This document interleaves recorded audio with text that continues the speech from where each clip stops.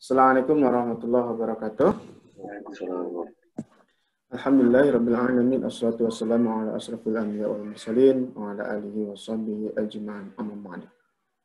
Alhamdulillah, kita bersyukur pada Allah diizinkan untuk bertemu dalam forum online ini. Semoga Allah mengurniakan keistiqomahan untuk kita, sama-sama belajar, sama-sama dalam pemahaman kita tentang agama ini, dan sama-sama untuk saling mengingatkan dalam kebaikan dan kesabaran. Salam dan salam semoga tercurah kepada baginda Rasulullah Muhammad SAW, keluarga, sahabat, dan pengikut beliau setia hingga yaumul qiyamah. Mudah-mudahan termasuk kita yang berada dalam majlis di pagi hari ini. Baik, untuk kajiannya kita fokus ke surah Al-Baqarah ayat 30 sampai 37. Karena sebagian dulu pernah kami bahas, jadi kita review dikit, setelah itu kita fokus ke bagian akhir ayatnya ya. Ayat 30 itu mengawali kisahnya Allah SWT mengisahkan tentang bagaimana dulu pertama kali Allah memberikan pengumuman kepada para malaikat tentang niat Allah untuk menghadirkan kembali di muka bumi. Jadi sebelum manusia, sudah pernah kami bahas bahwa sebelum manusia ini ada bangsa jin ya. Bangsa jin yang menjadi khalifah, menjadi pemimpin, menjadi pengayom, menjadi pemakmur bumi ini, yang mengendalikan baik buruknya bumi ini. Namun karena bangsa jin tersebut berbuat kezaliman, berbuat kerusakan, saling membunuh, kemudian saling berperang dan seterusnya, maka kemudian Allah angkat kekhalifahan tersebut, Allah batalkan atau Allah cancel kekhalifahan tersebut dari bangsa jin. Namun demikian ada satu orang jin yang sangat soleh, yang kemudian bahkan Allah perintahkan dia, tugaskan ia menjadi partnernya para malaikat untuk kemudian mengakhiri kezaliman yang terjadi di bumi saat itu. Saking mulianya ia dan saking solehnya ia, kemudian satu orang jin tersebut Allah karenai kedudukan spesial, ia diangkat ke langit menjadi bagian dari para malaikat ya. Dia bangsa jin, satu orang ya, dia ada di golongan jin, tetapi dia memiliki keutamaan yang sama dengan malaikat, ya, memiliki kedudukan yang sama dengan malaikat karena saking solehnya dia. Kita baca ayat 30, wa il qala rabbuka lil malaikah, maka ketika Allah perintahkan, Allah kabarkan berita ini berita ketika Allah sampaikan malaikah, di situ termasuk ke dalam kisah ini, ke dalam perintah ini, satu orang jin itu ya, satu orang jin itu. Ya kan dia sudah dianggap kedudukannya sama dengan malaikat dan dia punya akses untuk keluar masuk langit ya. Keluar masuk langit bahkan keluar masuk surga saat itu. Wa qala rabbuka lil malaikah, maka tatkala berkata Rabbmu kepada Tuhanmu kepada para malaikat, inni ja'ilun fil ardi khalifah, sungguh aku akan menjadikan di bumi itu khalifah. Ya, khalifah itu maknanya bisa pemimpin, bisa pemakmur, bisa juga kemudian sifatnya yang berkembang biak. Jadi dia akan lahir keturunan itu khalifah juga maknanya ya. Jadi khalifah itu yang memimpin, yang mengayomi, yang mengatur, sekaligus wakilnya Allah di muka bumi, yang dia nggak sendirian tetapi dia akan beranak pinak, akan berketurunan. Itu maknanya tercakup dalam kata khalifah. Ya, khalifah bahasa Arabnya. Maka ketika Allah memberikan informasi itu kepada para malaikat, respon malaikat ternyata nggak bagus. Ya, negatif. Maka mereka kemudian menjawab berkata, ataj'alu fiha may yufsidu fiha wa yasfiku dima. Ya Allah, apakah akan kau jadikan di muka bumi itu orang-orang yang yufsidu fiha, mereka akan membuat kerusakan, mereka akan merusak bumi itu. Wa yasfiku dima, bukan sekedar mereka merusak bumi itu, tapi mereka juga akan saling menumpahkan darah. Kalau dam itu bahasa Arab artinya darah, satu darah atau satu nyawa. Ya, tapi kalau dima itu artinya banyak darah, banyak nyawa. Ya, wa yasfiku dima, menumpahkan banyak darah, mananya akan saling membunuh dan banyak akan mati.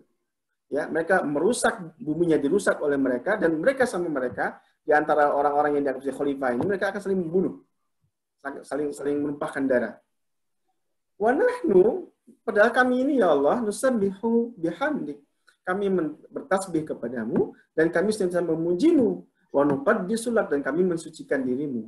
Apa itu nggak cukup? Kira-kira begitu. Malaikatnya kira-kira protesnya begitu.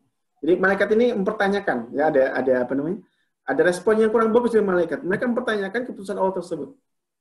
Maka apa jawaban Allah? Allah menjawab, inni a'lamu ma la ta'lamun. Saya itu maha tahu, mengetahui segala sesuatunya, sementara kalian tidak mengetahui. Aku yang mengetahui segala rahasia, dan aku mengetahui segala hikmah, aku yang serba maha. Itu dari jawaban Allah SWT kepada para malaikat. Maka untuk membuktikan ini, jadi nggak langsung selesai hari itu ya. Malaikatnya masih, padahal malaikat ini makhluk yang super taat ya, nggak ada niat lah malaikat untuk kemudian membanggakan kepada Allah, tidak ada. Tetapi karena mereka punya bad experience, punya pengalaman buruk terkait manusianya belum ada. Tetapi kalau kata khalifah itu sudah ada sebelumnya. Sebelum manusia sudah ada khalifah sebelumnya, pemimpin sebelumnya, pemakmur sebelumnya yang membuat kerusakan dan mereka sangat perang. Maka kemudian mereka punya pengalaman buruk. Ini kalau dibuat lagi, mungkin nih prediksi malaikat, jangan-jangan kelakuannya kayak khalifah sebelumnya. Kira-kira begitu. Tapi Allah kabarkan kepada malaikat, saya mengetahui sesuatu yang kalian tidak mengetahuinya. Saya maha tahu, kalian cuma tahu, kalian tidak mengetahuinya. Maka kemudian untuk membuktikan itu, wa'allama Adam al-asma, setelah Allah ciptakan Adam, Allah ajarkan kepada Nabi Adam asma, nama-nama, ilmu pengetahuan. Ya, kullaha, tentang segala sesuatu, banyak hal gitu. Ya, Allah ajarkan kepada Nabi Adam ilmu pengetahuan, informasi yang tidak diberikan atau tidak diajarkan kepada malaikat.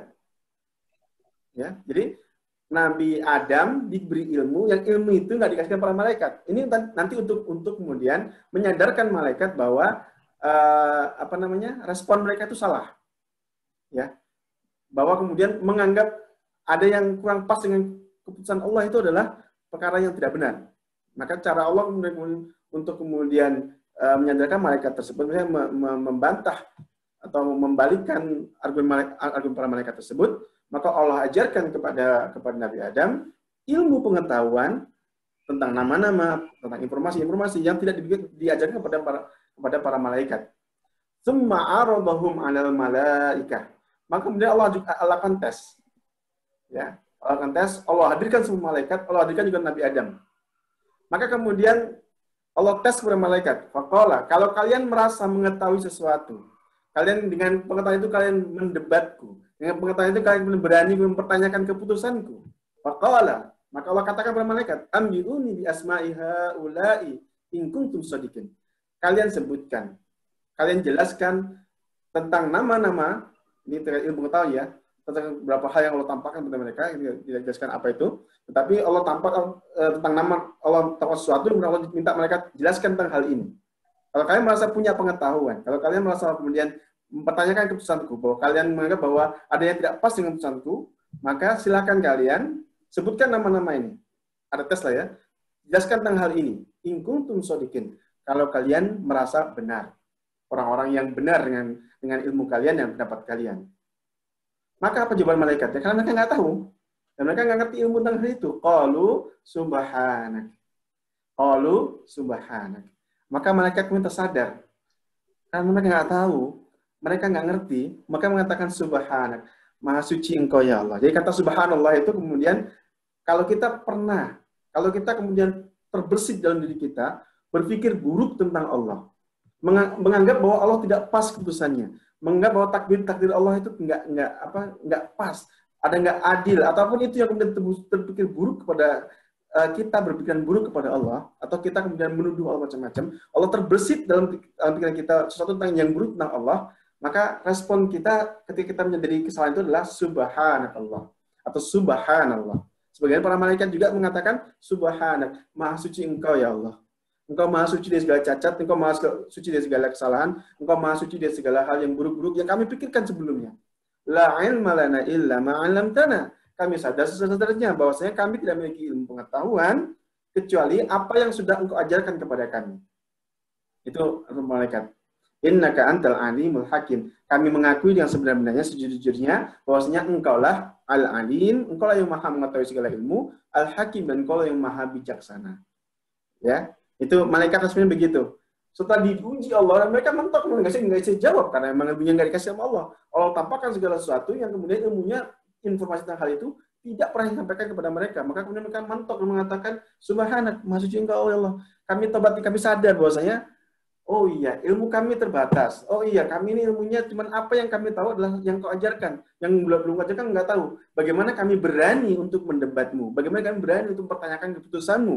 Sementara info yang kami miliki secuil saja, sedikit saja, itu pun yang sudah engkau ajarkan. Sementara ilmumu, pengetahuanmu, kebijaksanaanmu itu melengkapi segala sesuatunya. Nggak layak kami, malaikat, untuk mempertanyakan keputusanmu.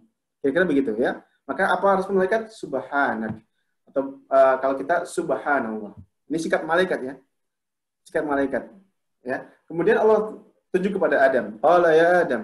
Wahai Adam. Allah setelah malaikat mentok, mereka sudah ngakui mereka ilmunya sedikit, mereka kemudian salah dalam kemudian menilai Allah. Dan kemudian mereka merasa bersalah dengan mengatakan subhanak, engkau maha suci wahai Allah dari segala keburukan, kejahatan dan segala hal yang buruk, dari segala pikiran buruk yang kami miliki. Maka Allah perintahkan kepada Adam, qala ya Adam, wahai Adam, ambihum bi asma'ihim. Maka engkau wahai Adam sebutkan nama-nama, jelaskan tentang hal itu kepada mereka.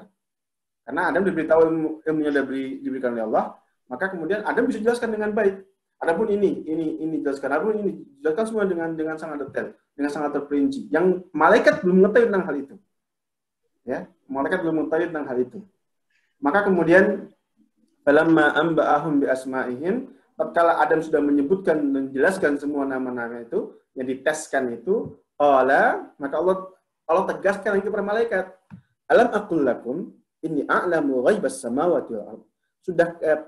Alam aqul lakum, bukankah sudah kukatakan kepada kalian, aku ini mengetahui a'lamu ghaibas samawati wal ardh, segala sesuatu yang gaib, yang tidak nampak di langit ataupun di bumi. Wa a'lamu ma tubduna wa ma kuntum taktumun. Dan aku mengetahui segala sesuatu yang kalian tampakkan, yang kalian perlihatkan, ataupun segala sesuatu yang kalian sembunyikan. Aku tahu semuanya. Itu penjelasan Allah ya. Kepada malaikat. Ya, maka malaikat hanya bisa mengatakan subhanakallah. Maha suci engkau ya Allah. Kami salah menilai. Kami salah memberikan respon. Kami tidak layak mempertanyakan keputusanmu. Sebab apa yang kau putuskan, apa yang kau rencanakan adalah yang paling sempurna, berdasarkan ilmu pengetahuan yang paling lengkap, dan engkau maha mengetahui segala sesuatunya, dan engkau maha bijaksana terhadap semua keputusanmu. Sementara kami hanya terbatas ilmunya, kemudian sangat sedikit pengetahuannya, dan tidak mengetahui sesuatu kecuali apa yang engkau ajarkan. Maka tak layak bagi kami, dan kami mohon maaf. Subhanak, maha suci engkau ya Allah, dari segala pikiran-pikiran buruk kami. Kira-kira begitu ya. Ini respon malaikat. Ya. Oke. Setelah seperti itu, apa yang terjadi? Wa idh qulna lil malaikati isjudu li Adam. Maka sebagai bentuk penghormatan, tadi sudah berikan buruk ya, maka sebagai bentuk penghormatan, Allah perintahkan, kalau kami berkata, lil malaika, kepada para malaikat-malaikat itu, usjudu li Adam. Sujudlah kalian kepada Adam. Sujud ini dalam bentuk penghormatannya, bukan untuk menyembah ya. Sujudlah kalian kepada Adam, hormati Adam tersebut, sebab ia sudah aku muliakan. Kepadanya aku berikan ilmu pengetahuan, sebab ia aku tinggikan posisinya. Ya. Jadi Allah yang mau bahwa Adam ini dimuliakan. Maka ia perintahkan malaikat itu sujud kepada Adam sebagai bentuk menghormati Adam akibat karena Allah telah muliakannya. Ya. Jadi manusia itu diciptakan dalam keadaan yang sangat-sangat sempurna, sangat-sangat istimewa, sangat-sangat mulia di sisi Allah SWT. Bahkan para malaikat diminta untuk menghormatinya. Fasa jadu, maka seluruh malaikat-malaikat tadi yang mengatakan subhanak tadi, fasa jadu, mereka kemudian bersujud. Fa di situ menggunakan kata fa maknanya adalah segera. Ya. Respon langsung, nggak pakai nanya, nggak pakai mempertanyakan ini itu. Begitu diperintahkan sujud kalian kepada Adam untuk menghormatinya, maka segera mereka langsung sujud untuk menghormati Nabi Adam. Illa, kecuali iblis, namanya iblis tadi. Siapa tadi iblis?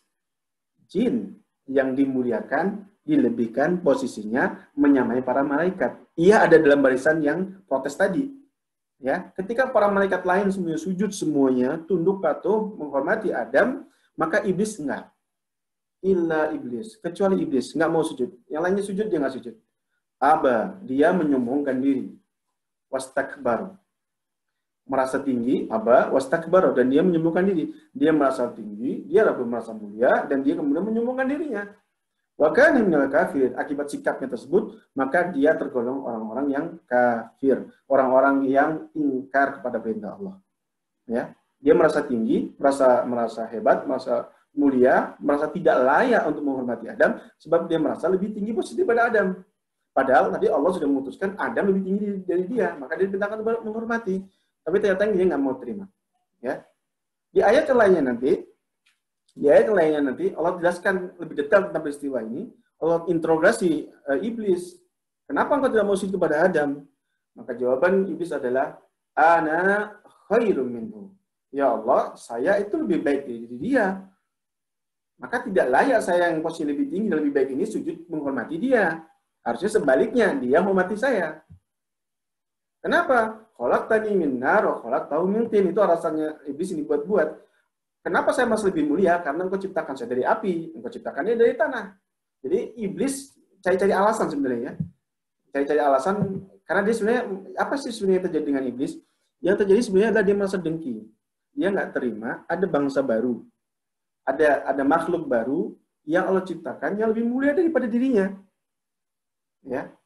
Dia nggak terima bahwa bangsanya, bangsa jin yang tadi sebelum menjadi khalifah itu akan digantikan posisinya oleh bangsa manusia. Dan dia yang merasa sudah sangat, kalau di kalangan para jin, dialah jin terbaik. Ya, dialah jin paling soleh, dialah jin yang paling hebat, dialah jin yang paling tinggi posisinya. Saking tingginya sampai disamakan para malaikat. Sementara jin-jin lain masih di bumi, ataupun ada yang di kolong-kolong langit hidupnya, dia diangkat Allah melebihi jin lainnya, diberi kesempatan masuk ke dalam langit. Bahkan di langit itu dia bisa kemana-mana, bahkan dia kemudian bisa masuk ke dalam surga. Bisa ngasih kemana-mana lah dia. Dia punya posisi, dia udah merasa sangat tinggi, saking taatnya dia, saking solehnya dia udah sangat tinggi posisinya. Di kalangan para jin nggak ada lebih hebat daripada dia, dan dia lebih soleh daripada dia. Maka kalau Allah ciptakan makhluk baru, yang Allah letakkan posisikan melebihi posisi dirinya, jin merasa dengki. Si iblis tadi merasa dengki, nggak terima saya. Nggak terima. Ya, harusnya tetap saya yang paling hebat, tetap saya yang paling tinggi, ketika Allah ciptakan itu dia nggak terima. Nah, tidak terimanya itu kemudian dia cari alasan dengan mengatakan, saya nggak mau sujud kepada dia, saya tidak mau menghormati ini makhluk baru, karena ana khairun minhu, saya lebih baik daripada dirinya.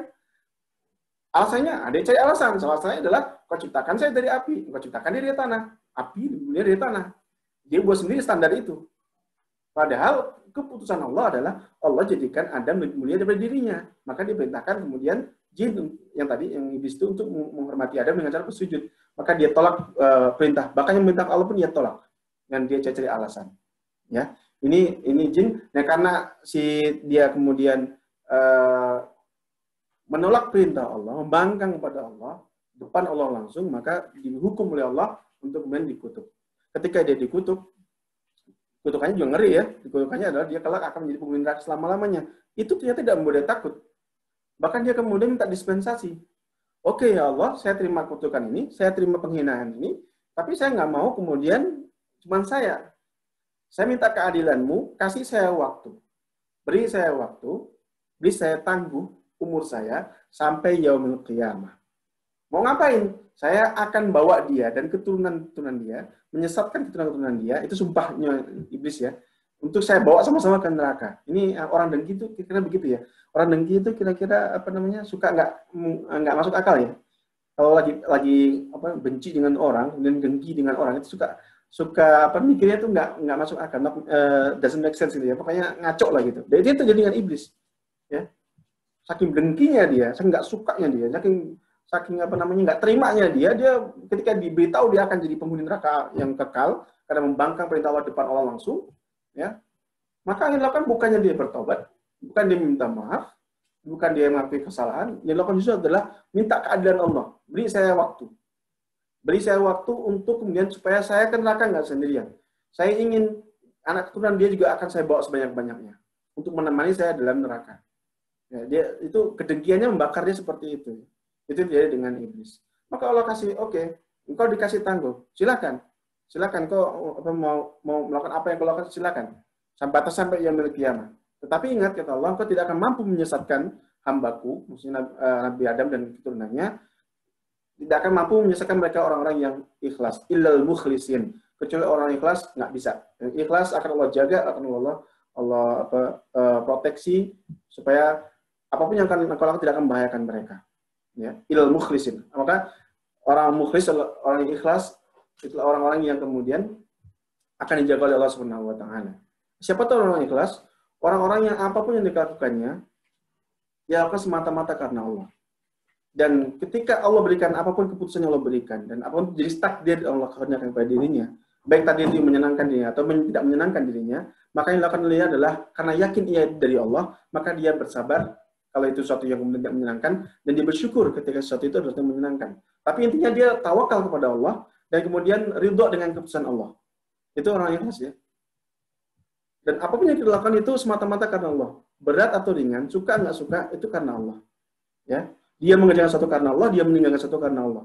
Dia melakukan pekerjaan karena Allah, dan dia meninggalkan suatu aktivitas juga karena Allah. Apa yang Allah sukai ya kerjakan, apa yang Allah nggak sukai ditinggalkan. Pokoknya pertimbangannya Allah suka nggak? Allah suka, kerjakan. Allah suka nggak? Nggak, Allah marah, tinggalkan. Itu orang ikhlas. Dan ini golongan manusia yang tidak akan mampu diganggu oleh atau dipengaruhi oleh iblis dan anak buahnya. Maka kemudian iblis kemudian semenjak hari itu berkomitmen, dan orang pertama yang ditarget karena Adam belum punya anak, yang ditarget oleh iblis adalah Nabi Adam. Caranya gimana? Ketika selesai peristiwa itu, maka Allah berkata kepada Nabi Adam, dan setelah Allah ciptakan ketika Adam sendirian, Allah ciptakan untuknya istrinya. Istrinya itu Nabi Hawa, ibu kita semuanya, itu juga diciptakan oleh Allah secara langsung ya. Dalam sebuah riwayat dikatakan itu dari tulang rusuk Nabi Adam diciptakan istrinya. Maka kemudian setelah diciptakan istrinya, karena biasa manusia kan biarpun udah di surga gitu, nggak enak gitu, udah nyaman, tapi sendirian itu nggak asik, ya kan? Kayak kita lah gitu ya, jalan-jalan ke gunung kemana sendirian, diam aja itu. Mungkin hari pertama oke, hari kedua mulai bosan, hari ketiga mulai gelisah, nggak asik. Dia pengen ada yang nemenin, dia pengen ada yang kawan ngobrol gitu ya, CS-an gitu. Seperti itu. Itu yang terjadi pada Nabi Adam AS. Maka kemudian Nabi Adam pun kemudian diberikan oleh Allah pasangan, ya, istri yang diciptakan dari tulang rusuknya untuk kemudian menjadi temannya dia, bersama dia dalam surga, biar ada surga. Maka Allah perintahkan, waqulna ya Adam, maka Allah perintahkan, Allah berkata kepada Nabi Adam, ya Adam, wahai Adam, uskun, engkau tinggallah engkau, wa zaujuka, dan istrimu ini yang dikasih itu Siti Hawa ya, ibu kita semuanya. Wahai Adam, engkau tinggallah di sini bersama istrimu ini al-jannah, di dalam surga sini. Tempatmu di sini di surga. Tempat tinggalmu di surga. Ya, Adam, tinggallah engkau dan istrimu di dalam surga. Jadi kalau kita nanti balik ke surga, itu sebenarnya kita pulang kampung, mudik. Ya. Kenapa? Karena memang sedari awal Allah ciptakan kita, manusia itu diletakkannya di surga. Karena sebuah kesalahan, lalu kemudian dikeluarkan. Tetapi nanti bagi orang-orang yang ikhlas, yang jujur, yang benar, yang mentaati Allah, maka nanti akan dibalikkan ke surga. Ya, jadi kalau kita balik ke surga, itu artinya kita pulang kampung. Ya. Mudik lah gitu ya, mudik. Kembali ke surga. Karena tempat kita di surga. Kalau tempat kita di surga, maka jangan keasikan di dunia ini. Jangan sibuk kemudian menghabiskan waktu kita, konsentrasi kita, kemudian usaha kita untuk bersenang-senang di dunia ini. Karena ini bukan tempat kita. Ya, ini tempat kita dites doang untuk menyatakan bahwa oke, kau layak untuk balik ke surga lagi gitu. Ya. Untuk kemahadiran Allah tadi. Oke. Tetapi kalau kita lihat riwayatnya, tempat kita asli tinggal, manusia itu tinggal di mana sih? Di surga. Karena Allah di awal sudah menetapkan kepada Adam dan istrinya, dan tentu pada keturunannya, waqulna, kami katakan, ya Adam, wahai Adam, uskun anta wa zaujukal jannah, tinggallah engkau bersama istrimu ini di dalam surga, ini tempat kalian. Ya. Wa kula minha, dan kalian makanlah di dalamnya itu ragadan haitsu syi'tuma. Semuanya nih makanan apa segala kemewahan. Silakan dimakan. Allah halalkan untuk mereka. Tetapi wala taqraba hadhihi syajarah. Ada satu ujian untuk kalian supaya Allah Maha Adil kan? Ada satu ujian. Kalian silakan makan semuanya. Makan semuanya kecuali satu pohon. Hadhihi syajarah, pohon yang ini fatakuna minadh dhalimin. Kalian jangan dekatin, wa taqraba. Kalian berdua jangan deketin yang pohon ini. Jangankan makan atau apa. Deketin pun jangan. Ya, wala taqrabah hadhihi syajarah. Jangan kalian berdua deketin tempat pohon satu ini. Fatakuna minadz zalimin. Kalau kalian melakukan itu, maka kalian akan menjadi orang-orang yang zalim, melanggar perintah Allah dan kalian akan dihukum. Ya. Kalian akan dihukum. Namun awalnya oke, Nabi Adam siap, istiawa siap. Kedua-duanya hidup di surga dengan tenang, dengan damai. Tapi ketika ada sosok namanya iblis yang nggak terima tadi, mencari celah untuk kemudian menggoda Nabi Adam. Ya. Fa'azallahum asyaitanu anha. Maka datanglah setan untuk kemudian membuat was-was, memprovokasi. Ya, memprovokasi terus menerus. Fa'akhrajahuma mimma kana fi. Maka pada akhirnya setan itu, si iblis tadi sukses untuk mengeluarkan keduanya dari dalam surga tersebut. Gimana caranya? Cara pertama dia kenalan diri dengan Adam. Kalau itu iblis masih belum dilarang masuk surga. Dia kenalan diri. Ya, oh saya ini bangsa sebelum kalian, dari bangsa jin. Cerita-cerita gitu. Pokoknya kayak sok akrab gitu. Terus gitu udah nyaman. Pada sampai waktunya siap, ketika udah waktunya siap, nah itu gak sekali proses ya, panjang prosesnya. Sampailah kemudian si iblis kemudian menawarkan kepada Nabi, memberitahu kepada Nabi Adam. Adam, kamu tahu nggak sih berdua ini? Kamu dan istrimu tahu nggak sih? Kenapa kalian dilarang mendekati pohon yang satu itu? Ya. Nah, ini masalahnya. Manusia itu kadang-kadang kalau di challenge seperti itu, dia penasaran. Ya. Jadi kalau kita kadang-kadang, ini anak muda ya, kalian dengan dekat-dekat situ, itu malah justru dia penasaran. Emang kenapa sih? Kalau di Indonesia itu suka ada iklan begini, jangan lihat ke kanan. Pernah lihat nggak di Indonesia ya ada iklan di sebelah di jalan, jangan lihat ke kanan. Ketika baca jangan lihat ke kanan, malah justru orang pada lihat ke kanan gitu. Ada curiosity, ada curious, ada penasaran gitu. Ya. Ada penasaran. Satu sisi ya. Ini alasan pertama kenapa Adam terjerumus? Pertama karena penasarannya. Penasarannya nggak salah, tapi nanti nextnya yang masalah. Ketika kemudian Adam mulai tertarik, emang kenapa sih? Kayak gitu ya. Emang kenapa kami nggak boleh masuk itu? Oke Adam, saya beritahu rahasianya. Ya, tapi ini rahasia ya. Namanya iblis pada dia ngomong. Tapi ini rahasia. Kalian itu, ini ada ayat lainnya. Kalian dilarang. Kenapa kalian dilarang untuk mendekati pohon itu? Sebab kalau kalian sampai dekat di pohon itu dan makan buahnya, ada dua konsekuensi. Ya. Yang Allah nggak mau kalian itu dapat itu. Apa itu konsekuensinya? Pertama, kalian akan menjadi kekal di dalamnya. Maksudnya kalian menjadi makhluk kekal di dalam surga itu. Siapa yang nggak mau jadi kekal di dalam surga itu? Yang kedua, kalian akan menjadi seperti para malaikat. Ya, kalian kekal di dalamnya, kalian akan menjadi mulia, lebih mulia, akan seperti para malaikat itu, ya, spesial gitu, kira-kira begitu. Ya. Masa sih? Iya, kata iblis. Terus begitu awalnya ada masih ragu-ragu juga, tapi makin hari makin gimana ya? Terus dirayu seperti itu, diyakinkan, sampai kemudian awalnya berdua ini ragu, lama-lama kemudian ayolah kita coba gitu. Nggak ada salahnya kita coba gitu ya. Benar sih kata-kata iblis. Entah bagaimana dia merayu iblis itu, meyakinkan bahwa kalau kalian berani, challenge saya nih kata iblis. Kalau kalian berani itu deketin itu, makan buahnya, lihat itu akibatnya adalah sesuatu yang akan lebih kalian dapatkan. Kalian menjadi makhluk kekal di surga dan kalian akan menjadi seperti malaikat. Itu kata iblis ya kepada Nabi Adam. Nabi Adam awalnya ragu, tapi setelah diyakinkan terus lama-lama, oke lah kita cobalah gitu ya. Nggak ada salahnya kita coba. Ini penasaran yang kemudian mengarah kepada keserakahan. Ya. Kok serakah? Iya, kenapa? Padahal sebenarnya Nabi Adam pun nggak makan buah itu juga Allah jadikan makhluk kekal di dalam surga itu. Cuman dia khawatir kalau Allah akan suatu saat akan mengeluarkan dia dari surga itu. Maka dia kemudian ketika di-challenge oleh iblis, dia merasa ada peluang untuk kemudian jadi makhluk kekal dalam surga. Ya, ini disinformasi ya dari iblis kepada Nabi Adam. Setelah diyakinkan berulang-ulang, pada akhirnya Nabi Adam tertantang juga dan kemudian berani juga gitu. Oke lah kita coba. Kalau memang itu kenapa tidak gitu. Setelah ngobrol dengan istrinya, berdua akan sepakat. Oke, kita coba berdua. Berdua mencoba gitu. Apakah yang terjadi? Mereka pada suatu hari setelah mereka diyakinkan oleh iblis dan mereka kemudian, oke lah kita ambil challenge ini, kita tahu nih salah, kita tahu ini adalah larangan Allah, tapi karena akibatnya baik, diserahkan ya, ada keserakahan ini, saya ingin menjadi seperti yang iblis katakan. Kalau kita, ya kenapa mereka percaya dengan iblis? Nah, iblis kan makhluk lebih tua di situ, ya. Asumsinya iblis lebih tua di situ, lebih lama di situ, dia lebih tahu. Kalian tahu nggak kenapa saya jadi mulia seperti ini? Kenapa? Itu kan cara Ibnu Melayu ya. Saya ini sebenarnya seperti kalian juga. Saya diciptakan di dunia harusnya. Saya itu tinggalnya di dunia harusnya. Kalian tahu nggak kenapa saya sekarang di langit? Kenapa saya menjadi bisa punya akses ke sana kemari? Nah, itu cara iblis untuk meyakinkan Nabi Adam dan Ibunda Hawa.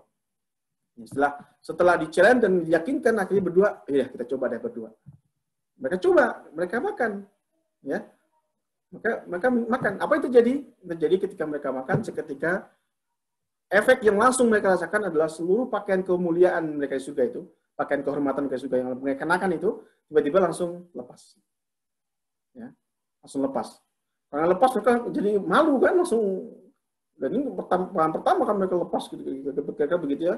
Mereka malu berlarian ke sana nggak jelas itu ya, habis makan itu, baru mereka tersadar bahwa apa yang dijanjikan iblis itu satu kedustaan gitu.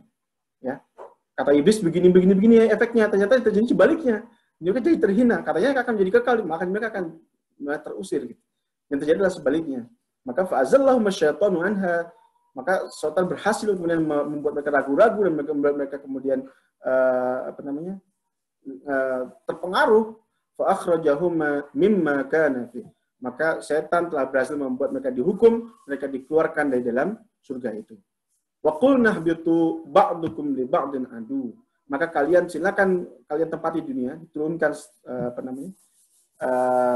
kedudukannya dari makhluk surga menjadi makhluk bumi, diturunkan ke bumi, dan Allah perintahkan ba'dukum li ba'din adu.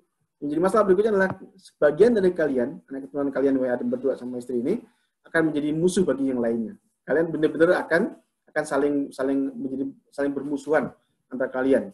Dan ini terbukti. Tidak selama-lama, generasi pertama anak Adam sendiri sudah mengalami itu. Mereka kemudian kembali ada perasaan dengki, seperti yang makan iblis, perasaan dengki itu membuat kemudian nanti kisah pertama pembunuhan terjadi di keturunan pertama Nabi Adam, Habil dan Qabil. Walakum fil ardi mustaqarru wa mata'un ilahin. Maka walakum fil ardi, maka jatah kalian sekarang adalah apa yang ada di bumi itu, mustaqarru wa mata'un ilahin. Kalian silakan di sana, kalian akan diberikan juga oleh Allah kesenangan untuk sementara. Ya, sampai waktu ditentukan, sampai kematian datang kepada kalian. Saya akan hidup di situ sampai batas waktu kematian datang kepada kalian. Setelah meninggal, kalau kalian layak, kalian baru akan kembali ke surga. Kira-kira begitu. Maka untuk kemudian memberi kesempatan kepada Adam, karena Adam nanti setelah berbuat kesalahan dia bertobat, ngaku salah, maka Allah ajarkan fatalaqqa Adamu birrabbihi kalimatin fataba alaihi. Maka Allah ajarkan kepada Adam beberapa kalimat untuk kemudian dengan kalimat itu dia mengekspresikan penyesalannya, mengekspresikan taubatnya kepada Allah SWT, maka Allah pun mengampuninya dan Allah menerima taubat mereka. Innahu huwat tawwabur rahim. Sungguhnya dia Allah yang maha penerima taubat, lagi maha penyayang untuk kita semuanya. Maka semenjak hari itu, Adam dan keturunannya dan istrinya tinggal di bumi. Ya, tinggal di bumi, dan Allah akan uji di bumi itu sampai batas waktu yang ditentukan, yang kematian datang kepada kita. Setelah itu baru akan diputuskan apakah dia akan kembali ke surga sebagaimana tempat yang seharusnya dia tempatin, atau dia akan dibawa oleh iblis untuk menjadi penghuni neraka. Ya, tempat ujian itu di sini. Maka kita sadar sepenuhnya, sekarang kita hidup di dunia ini adalah tempat kita diuji, bukan tempat kita tinggal selamanya. Ya, dan waktu di sini sangat-sangat terbatas. Sangat-sangat terbatas. Seperti Allah gambarkan surah An-Naba ya. Ka'annahum yauma yarawnaha lam yalbathu illa 'ashiyatan aw duhaha. Hari ketika kemudian terjadi persidangan nanti, yaumul qiyamah, yaumul mahsyar terjadi, maka manusia merasa seolah-olah waktu itu kita tinggal hidup di dunia kecuali saat di waktu pagi atau di saat di waktu sore. Rasanya baru sebentar kita hidup, sekarang kita harus diadili. Kita harus mempertanggungjawabkan semua akibat dari perbuatan kita, baik yang baik ataupun yang buruk. Maka sekarang karena kita berada di sini, di tempat kita diuji, maka lakukan yang terbaik. Agar kita bisa pulang kampung, agar kita bisa mudik kembali ke surga. Sebab tempat kita bukan di sini, tempat kita di surga. Maka lakukan hal yang layak, membuat Allah ridho kepada kita, agar kemudian Allah kembalikan ke dalam surga lagi, sebagaimana seharusnya kita semuanya berada di sana. Baik, demikian sedikit tadabbur surah Al-Baqarah ayat 30 sampai 37. Jadi surah ini pertama Allah ciptakan kita sebagai makhluk yang terbaik, ya, yang Allah perintahkan malaikat dan semuanya sujud kepada kita, masuk iblis di sana. Itu setting awal kita, default manusia itu seperti itu. Makhluk yang Allah muliakan, Allah takkan nomor satu. Ya, maka jadilah kita tetap seperti itu. Jangan kemudian kita menjatuhkan diri menjadi orang yang hina. Itu settingan kita. Yang kedua yang bisa kita pelajari adalah ingat iblis akan kemudian sudah bersumpah di hadapan Allah langsung. Dia minta waktu untuk diberikan umur panjang sampai kiamat. Tetapi dengan umur itu dia bersumpah dia akan membawa sebanyak-banyaknya manusia, anak keturunan Adam untuk menjadi pengikutnya masuk ke dalam neraka. Maka dari situ kemudian jelas sekali tugas iblis semenjak sumpah itu adalah menjadi anduan, jadi musuh bagi kita semuanya. Maka jangan sekali-kali kita kemudian mau mengikuti langkah-langkah iblis, ya. Dan yakin, hati-hati, sebab Nabi Adam, bapak kita semuanya, yang pernah ketemu Allah langsung, yang hidup di surga, udah nyaman-nyaman di surga, itu pun masih bisa ditipu oleh tipu daya iblis. Itu pun masih bisa dipengaruhi oleh iblis. Dengan penasaran yang pertama, yang kedua dengan keserakahan.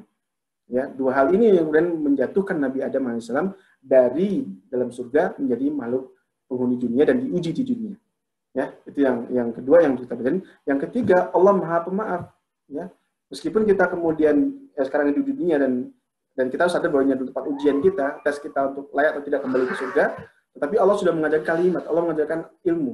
Dengan itu kemudian Allah ingin kita terus-menerus ketika berbuat kesalahan, sebagai bapak kita berbuat kesalahan, untuk bertaubat kepada Allah. Maka setiap kita berbuat kesalahan, iringi satu dengan istighfar sebagaimana. Astagfirullahaladzim, astagfirullahaladzim, astagfirullahaladzim. Dan mudah-mudahan dengan istighfar itu, sebagai Rasul juga beristighfar, Rasulullah itu sehari minum sebaris 70 kali ya, di hadis lainnya 100 kali sehari. Setiap hari seperti itu, bertaubat kepada Allah. Mudah-mudahan dengan taubat itu kemudian Allah ampuni semua dosa kita, Allah maafkan kesalahan kita, dan dengannya kita akan setelah wafat kita dikembalikan ke dalam surga. Terakhir, ingat, ketika kita berbuat salah kepada Allah, ketika kita bersikap buruk kepada Allah, ketika kita memikirkan sesuatu yang nggak layak tentang Allah, ketika kita berprasangka nggak baik kepada Allah, maka ada dua sikap yang bisa kita pilih. Pertama, sikap malaikat dengan mengatakan, Subhanallah, Maha Suci Engkau ya Allah, kami salah, kami keliru, kami khilaf, kami berpikir nggak baik tentang dirimu, Subhanak, Maha Suci Engkau ya Allah. Itu sikap malaikat dan ini harus kita ambil. Atau kedua, kita menjadi seperti iblis.